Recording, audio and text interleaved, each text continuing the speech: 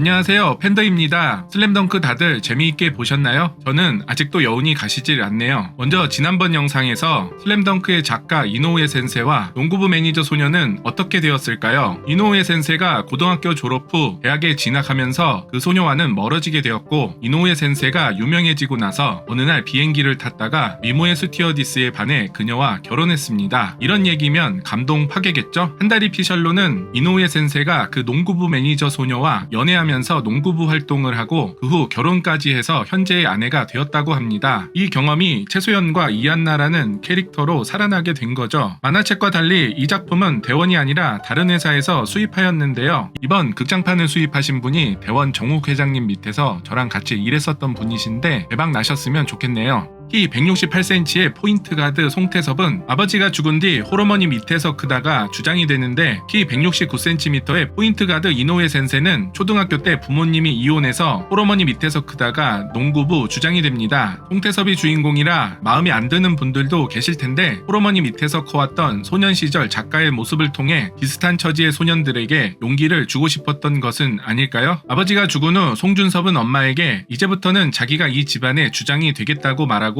동생 송태섭에게 너는 부주장이라고 말합니다. 그렇지만 형이 낚시하러 갔다가 죽게 되면서 송태섭은 집안의 주장 자리를 이어받게 됩니다. 마지막 1분을 남겨두고 베스트 5가 파이팅할 때 최치수가 송태섭에게 주장 역할을 넘기고 송태섭이 파이팅을 외칩니다. 이 영화를 짧게 요약하자면 집에서는 가장이 되어가고 학교에서는 주장이 되어가는 소년가장 송태섭의 성장 드라마라고 할 수 있습니다. 일본 농구의 전국대회는 1년에 3번 있는데요. 여름에 인터하이, 가을에 전국체전, 그리고 겨울에 윈터컵이 있습니다. 공부로 대학 갈 사람들은 보통 인터하이가 끝나면 농구를 그만두죠. 최치수는 8강을 가야 체육대 추천을 받을 수 있었는데 32강 통과 후 16강에서 탈락해 추천이 물 건너가게 됩니다. 그래서 공부로 대학을 가야 해서 인터하이를 끝으로 은퇴하고 주장 자리를 송태섭에게 넘겨주게 됩니다. 이 영화에서 이 동굴은 준섭 태섭 형제의 비밀 기지인데요. 이 동굴에 대해서는 이노우에 센세의 피어스라는 단편에 소개되어 있습니다. 엔딩 음악 가사를 보면 여기서 불확실한 꿈은 사낭을 이기겠다는 꿈이고, 여기서 약속은 무슨 약속이냐 하면 송준섭 대신 사낭을 이기겠다는 송태섭의 약속을 의미합니다. 원작 만화에서 송태섭은 2개의 아대와 피어싱을 하고 있었는데요. 이 아대의 빨강과 검정은 강백호가 신었던 이 에어조던 1처럼 국산을 상징하는 색입니다. 1985년 처음 생산된 이 모델은 한국의 국제상사와 동양고무에서 OEM 생산되었는데요. 정작 마이클 조던은 NBA 규정 때문에 올스타전 외에는 이 신발을 신지 못했습니다. 송태섭은 사낭을 꺾겠다는 그 약속을 잊지 않기 위해 형이 끼던 빨간 아대를 낍니다. 원작의 떡밥을 이제야 회수했네요. 원작의 또 다른 떡밥이었던 송태섭의 피어싱은 단편 피어스에서 등장합니다. 초등학교 6학년 때 송태섭과 이안나가 만나게 되는데, 이 동굴에서 이안나가 가지고 있던 2개의 피어싱을 하나씩 나누어 달게 됩니다. 이 피어싱은 넘버 7 가드 송태섭과 이안나가 연결되어 있다는 상징이자 아이에서 어른이 되기 위한 성장통을 상징하기도 합니다. 형이 낚시하러 가서 죽게 되는 내용도 이 단편에서 등장하죠.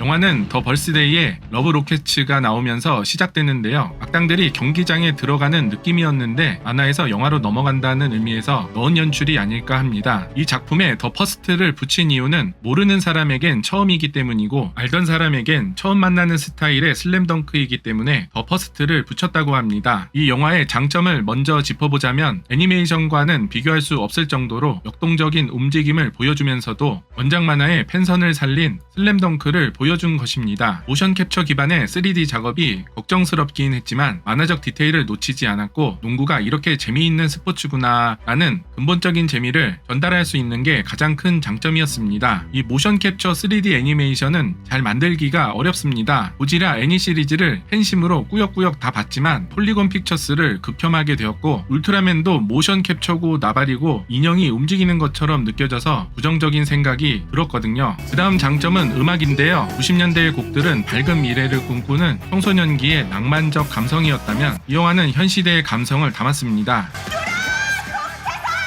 송태섭이 더블팀을 돌파할 때 나온 음악의 가사는 이었습니다. 즉 산왕공고 입장에서 송태섭이 침입자이고 이 곡은 더블팀을 돌파하는 송태섭을 위한 헌정곡인 셈이죠. 이 방송은 보시는 스폰서의 제공으로 보내드립니다. 영화 속 상황을 좀 설명해 드리자면 3명의 수비수는 존 프레스를 하고 2명의 수비수는 포인트 가드에 붙어 실책을 유도하는 트랩 수비를 하고 있습니다. 송태섭이 몇 번 당하죠. 여기서 흰색 유니폼은 산왕공고의 실제 모델인 노시로 공고이고 빨간색을 북산이라고 생각하시면 됩니다. 포인트 가드 송태섭에게 더블팀으로 트랩 수비를 합니다. 그리고 인터셉트에서 득점한 뒤 산왕공고는 자기 코트 쪽으로 복귀하지 않고 올코트 프레스를 유지합니다. 상대 패스를 인터셉트에서 다시 득점하고 포인트 가드 송태섭이 슈팅가드 정대만에게 패스한 걸 다시 스틸해서 득점합니다. 농구를 잘 모르시는 분들도 쉽게 이해가 되셨겠죠? 이 영화의 단점에 대해서 말해보자면 많은 분이 지적하는 플래시백이 영화의 흐름을 방해할 때가 있습니다. 2회차 관람 때 전환 부분을 집중해서 봤는데 플래시백을 쓸 때는 파울이나 작전 타임, 부상처럼 경기의 템포가 느려졌을 때 들어가야 자연스럽게 전환이 이루어집니다. 이렇게 잘 전환된 부분이 70% 정도였다면 경기의 템포가 빨라졌는데 갑자기 절단신공하고 회상 들어가서 감정이 끊기는 부분이 30% 정도 있었습니다. 후반 올코트 프레스가 시작된 이후로는 회상을 넣지 않았으면 더 좋았을 것 같습니다. 송태섭을 주인공으로 한 이유도 알겠고 이야기를 풀어가는 방식은 좋았으나 막상 결과물을 보니 의외로 경기 장면의 재미가 좋아서 원작의 명장면을 더 추가하고 송태섭 분량을 30% 정도 덜어냈으면 더 좋지 않았을까 합니다. 그리고 슬램덩크를 처음 접하신 분들은 송태섭 외의 캐릭터들에 대해서 별로 설명이 없다 보니 원작 만화를 꼭 보시길 추천해드립니다. 그래야 묵음 처리된 강백호의 왼손은 거들뿐 같은 장면이나 정지화면으로만 보았던 강백호와 서태웅의 하이파이브가 전해주는 짜릿함을 느낄 수 있습니다. 번역은 더빙판이나 자막판 모두 타다이마 오카에리의 맛을 못 살리거나 원작의 번역을 승계받지 못한 번역들이 약간 있었습니다. 반면에 원작에서 너희들의 나부랭이 같은 바스켓 상식은 내겐 통하지 않아 너흰 풋내기니까 이건 원작 번역이 오역이었습니다. 원문을 보면 너희들과 같은 농구강의 상식은 내게 통하지 않아 초짜니까 입니다. 이 부분은 이번 극장판 번역인 나는 초짜니까가 맞는 번역입니다. 맨날 나는 천재니까 하던 애가 나는 초짜니까에서 이상하게 생각하시는 분들이 많으신데 이 대사가 나오게 된 맥락을 알려드리자면 한항전 비디오를 보고 팀원들이 걱정하니까 송태섭이 강백호에게 하룻강아지가 범무서운 줄 모르는구나 라며 먹이는 장면이 있었는데요. 송태섭이 초짜라고 놀린 것에 대해 나는 하룻강아지니까 라는 식으로 팀원들에게 반격기를 날린 겁니다. 요 빌드업 장면이 빠져서 의미 전달이 어렵긴 한데 나는 초짜니까 보다는 나는 하룻강아지니까 로 했으면 아 산악 무서운 줄 모르는구나 라는 의미가 전달되지 않았을까 합니다. 만약 블루레이가 출시된다면 자막에 대한 관객들의 여러 의견을 반영해서 수정하여 출시됐으면 좋겠네요. 약간 아쉬운 점은 3D를 통해 현실감을 얻은 대신에 2D의 과장된 작화를 잃어버렸습니다. 이런 부분을 3D에서 어떻게 소화할 수 있을까 궁금했었는데 버리는 수밖에 없었나 봅니다. 기술적인 부분에서도 조금 아쉬웠는데요. 아바타2가 초당 48프레임 고정 상영이더라도 24프레임과 48프레임을 섞어서 제작했습니다. 슬램덩크도 비슷하게 12프레임과 24프레임을 왔다 갔다 하죠. 12프레임으로 된 장면을 보시겠습니다.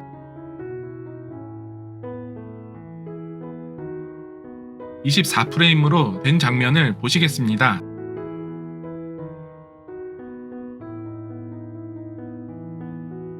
문제는 12프레임이라는 건 카메라의 셔터 스피드를 24분의 1초로 두는 건데 이러면 엄청난 모션 블러가 생깁니다. 그런데 슬램덩크의 12프레임에는 모션 블러가 없죠. 그랬다간 형체가 제대로 안 보이니까요. 모션 블러는 프레임과 프레임 사이의 동작을 부드럽게 연결해 줍니다. 그런데 모션 블러가 없는 12프레임은 끊기는 느낌이 나죠. 12프레임에 모션 블러를 넣자니 형체가 안 보이고 모션 블러를 빼자니 부드럽지 않은 딜레마에 빠지게 됩니다. 24프레임에서도 빠른 장면은 모션 블러를 그려 넣었습니다. 이렇게 해야 우리 눈에는 기존의 영화와 비슷하게 소위 시네마틱 룩하게 보이게 됩니다. 문제는 2D는 8프레임이나 12프레임으로도 어색함이 덜하지만 3D는 입체감이 느껴지기 때문에 12프레임은 좀 부족하죠. 어차피 3D니까 풀애니메이션으로 만들면 안 되느냐? 게임 엔진이라면 프레임 늘리는 게 일도 아니지만 마야, 3ds max, 시네마 4D 이런 모델링 소프트웨어를 사용해서 만들 때 매 프레임마다 눈동자의 방향, 표정과 움직임, 땀, 채색, 광원 효과 등을 리터칭해야 합니다. 이번 극장판을 4년 걸려서 만들었는데 이걸 풀애니메이션으로 만들면 7, 8년 걸린다는 얘기죠. 이걸 어떻게 해결해야 하는지 기술적으로 설명하자면 길어지니까 나중에 별도의 영상을 만들어서 설명하겠습니다. 후속작이 나온다면 이런 점을 좀 개선해서 나왔으면 좋겠고요. 후속작이 나올까요? 안 나올까요? 농구 포지션별로 하나씩 총 5편이 나올 걸로 예측하는 썰도 있고 능남전, 상향전,